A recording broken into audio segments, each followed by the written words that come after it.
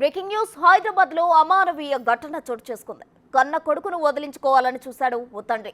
దివ్యాంగుడుగా పుట్టడంతో కొడుకును వదిలేసి భార్యను కాపురానికి రమ్మన్నాడు కిరాతక భర్త. దీంతో భార్య భర్త ఇంటి ముందు న్యాయ పోరాటానికి దిగింది.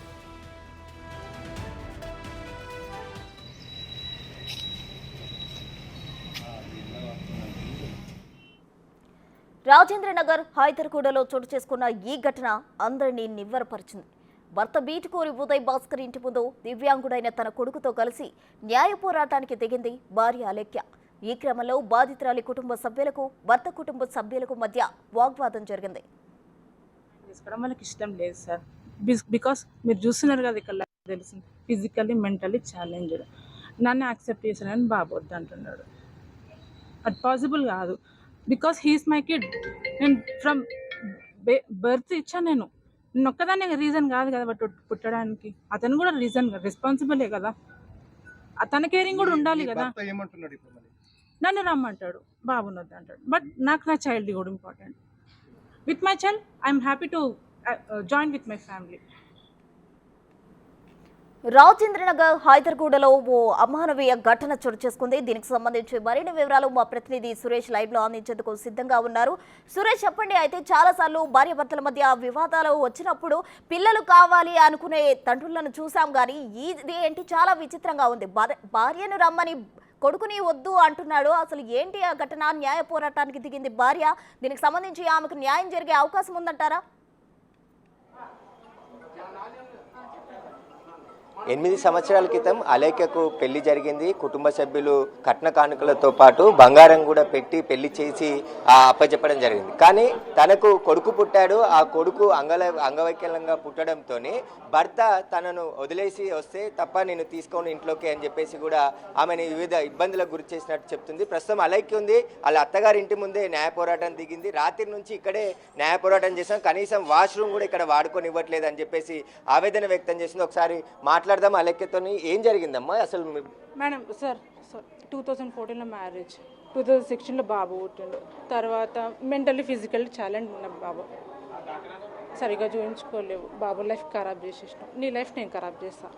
సరే 2 years నేను టాలరేట్ చేసిన సార్ ఆ ప్రెషర్. నేను మా పేరెంట్స్ కూడా వెంటనే చెప్పలే, బికాస్ సిచ్యువేషన్ మనుషులను చేంజ్ చేసింది. ముందు నుంచి బిఫోర్ మ్యారేజ్ మేము హ్యాపీగానే ఉన్నాం కదా, లిటిల్ బిట్ కొంచెం టైం ఇస్తే అతను చేంజ్ అవుతాడని నేను మేనేజ్ చేసుకుంటూ 2 years వరకు నేను మేనేజ్ చేశాను. బట్ టాలరేట్ కాలేదు, మా ఇంటికి వచ్చేసాను. నాకు ఆ ప్రెషర్ తట్టుకోలేక మా ఇంటికి వచ్చేస్తే మళ్ళీ 2 months తర్వాత అత్తగారి ఇంటికి వచ్చేస్తే నా ఇంటి ముంగట రావద్దు, ఏది ఉన్నా నువ్వు కోర్టులో చూసుకోమన్నాడు సార్. లేదు అటు ఇటు ఒక 20 members మీ ఇష్టం, మీ ఫ్యామిలీ మెంబర్స్ ఎంతమందిని పిలుచుకో, మీటింగ్ ఏర్పాటు చేయు, అసలు ప్రాబ్లం ఏంటి ఎక్స్ప్లెయిన్ చేయు, మీటింగ్ ఏర్పాటు చేయమన్నా. నాకు మీటింగ్ వద్దు, కోర్టులో చూసుకో అనగానే నేను వెంటనే కేసు పెట్టలేదు. అంగవైకల్యంగా ఉన్నాడని చెప్పేసి వద్దని చెప్తున్నాడు అంతే, అంతకుమించి ఏం లేదు. మేమైతే మ్యారేజ్ లైఫ్ చాలా హ్యాపీగా, అత్తయ్య మామయ్య, before my child we are very happy with my family. I'm also very happy with my family. ఇప్పుడు బాబు ఇట్లా ఉండడం వల్ల 7 years నుంచి పోరాడుతున్నా. నేను 7 years నుంచి టాలరేట్ చేస్తున్నా, కన్విన్స్ చేద్దాం, మధ్యలోతో ఫోన్ చేపిస్తున్నా, నా ఫ్రెండ్స్తో ఫోన్ చేపిస్తున్నా, వాళ్ళ ఫ్రెండ్స్తో కాల్ చేపిస్తున్నా, రెస్పాండ్ అవ్వట్లే. వాళ్ళ ఫ్యామిలీ మెంబర్స్ తోటి రెస్పాండ్ అవ్వట్లే. మెల్లిమెల్లిగా చేంజ్ అవుతాడు. ఏదో ఒక రోజు సిచ్యువేషన్ మనిషిని చేంజ్ చేసింది తప్ప ముందు నుంచి ఆ మనిషి అలా కాడు కదా అని నేను అనుకున్నా. కానీ 7 years నుంచి నేను ఇంకా ఓపిక బట్టి నిన్న నా యానివర్సరీ కలుస్తాము, అట్లీస్ట్ నా బేబీని చూసుకుంటాడు. చాలా ఇయర్స్ తర్వాత చూసాను నిన్న బేబీని, ఆల్మోస్ట్ ఒక 6 years తర్వాత బేబీని చూస్తే అట్లీస్ట్ నాతో మాట్లాడకపోయినా బేబీని పెట్టుకోవాలి కదా. తన దగ్గర పెట్టకపోయినా నేను బేబీని తీసుకొని వచ్చిన కనీసం ముట్టుకోవాలి.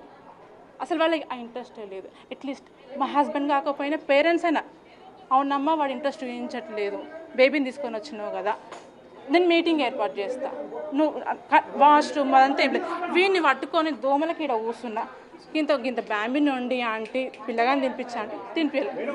వీరు చుట్టుపక్కల వాళ్ళని కూడా కొంచెం ఏమన్నా ఇవ్వండి తినడానికి, ఎవరు ఇస్తలేరు, మాట్లాడతలేదు ఎవరు. ఎక్కడ కాంప్లెక్స్ ఉంటే వాష్రూమ్స్ అవన్నీ యూజ్ చేసుకున్నా, బేబీకి స్నానం చేయించి తినిపించుకున్నా. మనం చూస్తున్నాం కదా, ఈ బాబుని ఇతని అంగవైకల్యమే ఈమె కాపురానికి శాపంగా మారినట్టు కుటుంబ సభ్యులు అత్తగారింటి వాళ్ళ వేధింపులు మొదలయ్యాయని చెప్తున్నారు. పాపం 7 years నుంచి నేను టాలరేట్ చేసిన. చేంజ్ అవుతారు, నా బేబీ మీద ఇంట్రెస్ట్ వస్తుంది, నా బేబీ మీద లవ్ వస్తుంది. ఎందుకు రాదు? రావాలి. నా బేబీకి ఇలా జరిగింది, నెక్స్ట్ ఏ బేబీకి జరగద్దు. లవ్ మదర్ది ఫాదర్ది బోత్ ఇంపార్టెంట్. ఇలాంటి పిల్లలకైతే ఫ్యామిలీ సపోర్ట్ ఉండాలి, ఫ్యామిలీ లవ్ ఉండాలి. నా బేబీ ఇప్పుడు నన్ను నా స్పర్శ గుర్తుపడతాడు, ఫాదర్ది గుర్తుపడతాడా చెప్పండి మీరే? నో, అస్సలు గుర్తుపట్టాడు. అలాగే సోదరుడు ఉన్నాడు, ఒకసారి మాట్లాడదాం. ఏం జరిగింది అసలు? మీరు మాట్లాడే ప్రయత్నం చేసి సార్ చాలాసార్లు నేను చాలా కౌన్సిలింగ్ ఇప్పించాను సార్. డీసీబీ లెవెల్లో కౌన్సిలింగ్ ఇచ్చారు, సిఐ లెవెల్లో కౌన్సిలింగ్ ఇచ్చారు, టీమ్ వాళ్ళు కౌన్సిలింగ్ ఇచ్చారు. చాలా చెప్పారు, అరే మీకు ఇంకొక లైఫ్ ఉంటుంది, సెకండ్ బేబీ ఉంటుంది, అతను యంగర్ బ్రదర్ యంగర్ సిస్టరు అతను చూసుకుంటారా అది దాన్ని చాలా సంబంధించారు అతనికి. మేము కూడా చెప్పాను, ఫైనాన్షియల్ ఏమైనా సపోర్ట్ కావాలా చేస్తా, బిజినెస్ పెట్టేద్దామో చేద్దాం, మా చెల్లెని యాక్సెప్ట్ చేయాలంటే ఒకటే ఏమున్నా కోర్టులో చూసుకుంటా అన్నాను. పిటిషన్ వేస్తాడు, తీసుకెళ్తా అని చెప్పేసి ఇమీడియట్ జడ్జి ముంగంటే స్టేట్మెంట్ చేంజ్ చేస్తాడు. లేదు నా డెసిషన్ చేంజ్ చేసుకుని నేను తీసుకెళ్ళాను అని చెప్పేసి. కొన్ని డివోర్స్ కేసు వేస్తాడా? ఇవ్వడు.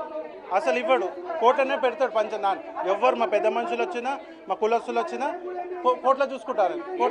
మీ బావ తల్లిదండ్రులు కానీ మీ బావ కానీ ఏం చెప్తారు? ఈ రోజు ఏమన్నారు?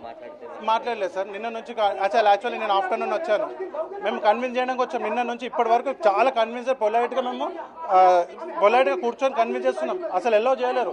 ఆ అమ్మాయి లేడీ కనీసం ఆ బాబు మెంటల్ ఫుడ్కి చాలా ఇబ్బంది అవుతుంది.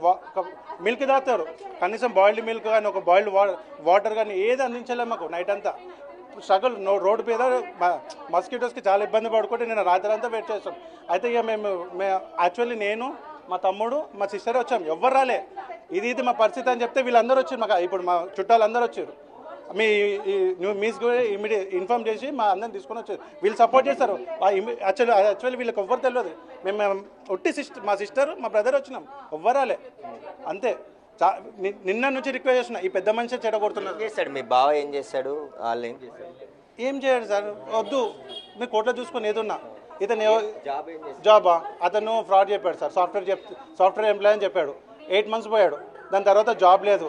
కొత్త జాబ్ ఎత్తుకుంటున్నా అని చెప్పేసి ఇట్లనే కాలక్షేపం చేశారు. కానీ ఇంకొక జాబ్ అయితే చేయలేడు. 8 months చేశాడు జాబ్, తర్వాత జాబ్ చేయలేడు.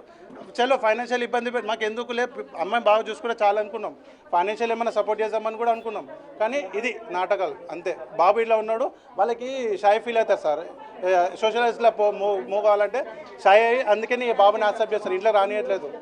మెయిన్ వాళ్ళ బాబు గ్రాండ్ మదర్ గ్రాండ్ ఫాదర్ వాళ్ళు మెయిన్ ఈ కారణాలు. అయితే బాబు అంగవైకల్యంగా పుట్టడంతోనే అప్పటి నుంచి ఆ కుటుంబంలో గొడవలు పెట్టుకుంటూ పెళ్లి అయినప్పటి నుంచి సంవత్సరం పాటు బాగానే చూసుకున్నప్పటికీ బాబు ఎప్పుడైతే పుట్టాడో అప్పటి నుంచే వీళ్ళ టార్చర్ మొదలైందని చెప్పేసి కూడా ఇటు అలాగే చెప్తుంది, వాళ్ళ కుటుంబ సభ్యులు చెప్తున్నారు. వాళ్ళ అత్తవారు కూడా ఒకసారి ఉన్నారు, మాట్లాడే ప్రయత్నం మాట్లాడతారేమో. ఒకసారి మీరు మాట్లాడతారండి? ఏమన్నా ఏమైంది అసలు? బాబు అంగవైకల్యంగా ఉన్నాడనే తీసుకోవట్లేదు. తప్పు ఈ మాట తప్పునేనా? తప్పు మాట్లాడుతూ నేను ఒప్ప నేను వాళ్ళు చెప్తున్నారు కదా. లేదు మరి ఎందుకు వద్దంటున్నారండి? కోడలు ఇంట్లోకి రానివ్వట్లేదు. నేను చెప్తాను. ఇప్పుడు హెల్త్ బాగాలేదు, ఆమెకి వెళ్ళి నేను లేడా? మీ కొడుకు లేడా ఇక్కడ? లేదైనా నిన్న వచ్చాను, చెప్పిన అమ్మ మేము మాట్లాడము కోర్టులో ఉన్నది అని చెప్పాడు. కోర్టులో వాళ్ళకి ఇంటికి వచ్చి దౌర్జన్యం చేశారు. నిన్నటి వచ్చి ఇప్పుడు వచ్చి వాళ్ళు కొట్టేశారు. దౌర్జన్యం మీరే చేస్తారు, ధర్నాలు మీరే చేస్తారా? మరి మాట్లాడట్లేరా? ఏమనుకుంటున్నారు? అరే కోర్టులో ఉంది నాయన, మేము మాట్లాడాలి. కోర్టు కామన్ ఏమైంది? 498 వేసింది. మేము ఏం చేసామని? మా భార్య ఒక మాట్లాడేదానా, చిన్న కొడుకు ఒక మాట్లాడేదానా, చిన్న భార్య భర్తల గొడవ చిల్లకి. అయితే అలెక్య మాత్రం తనకు న్యాయం జరిగే వరకు ఇక్కడే అత్తారింటి ముందు కూర్చొని పోరాటం చేస్తానని చెప్తున్నది. వాళ్ళ కుటుంబ సభ్యులు బంధువులు అందరూ కూడా వచ్చి ఇక్కడే ఆందోళనకు దిగడం జరిగింది. తన కూతుర్ని ఇంట్లోకి అలౌ చేసే వరకు తన పోరాటం కంటిన్యూగా చేస్తానని చెప్పేసి కూడా అలెక్య చెప్తున్నారు. సురేష్.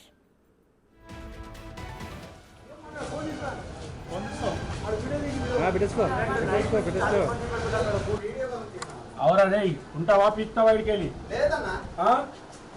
చాలా చేస్తున్నాడు. ఆఫీసర్ తాళం వేసుకుని ఎప్పుడు తాళం ఇప్పుడు